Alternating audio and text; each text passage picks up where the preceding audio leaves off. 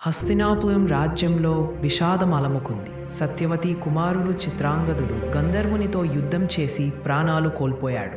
వారసుడు లేని అతని మరణం తర్వాత చిన్నవడైన విచిత్రవీర్యుని పట్టాభిషేకం జరిగింది. కానీ ఇంకా యుక్త వయసుకు రాని రాజుకి పాలన భారం భీష్ముడు మోసాడు. విచిత్రవీర్యునికి యుక్త వయసయ్యింది. భీష్ముడు ఆయకు భార్యను తెచ్చేందుకు కాశీ రాజ్యంలో జరుగుతున్న స్వయంవరానికి వెళ్ళాడు. అక్కడ రాజులు యువరాజులు పోటీగా హాజరయ్యారు. అందరిలో భీష్ముడి ప్రవేశం సభను కదిలించింది.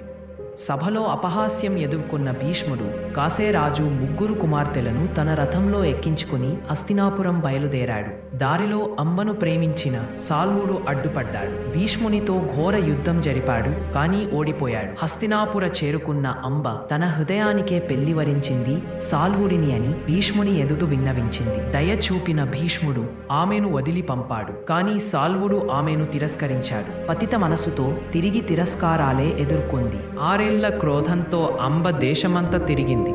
ఎవరు భీష్ముడిని చంపాలని ఆమె కోరినా భయంతో ఎవ్వరూ ముందుకు రాలేదు. చివరికి పరశురాముడిని కోరింది. ఆయన భీష్మునితో యుద్ధం చేసినా ఫలితం లేకుండా పోయింది.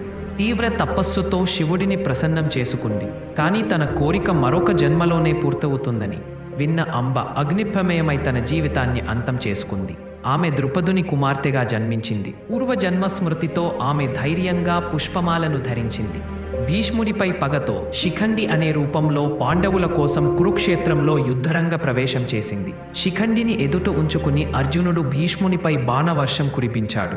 శత్రువుగా స్త్రీని చూడలేనన్న తన ధర్మబద్ధతే భీష్ముని పతనానికి కారణమైంది. అంబగా పుట్టిన వారికి మళ్లీ శిఖండిగా పునర్జన్మ వచ్చింది.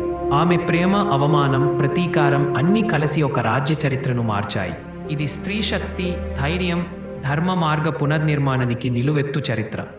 రాబోయే వీడియో మరింత ఇంట్రెస్టింగ్గా ఉండబోతుంది. మా వీడియోస్ నచ్చితే లైక్ చేసి షేర్ చేయండి. మన రాజా వైబ్స్ ఛానల్కి సబ్స్క్రైబ్ చేయండి ఫ్రెండ్స్.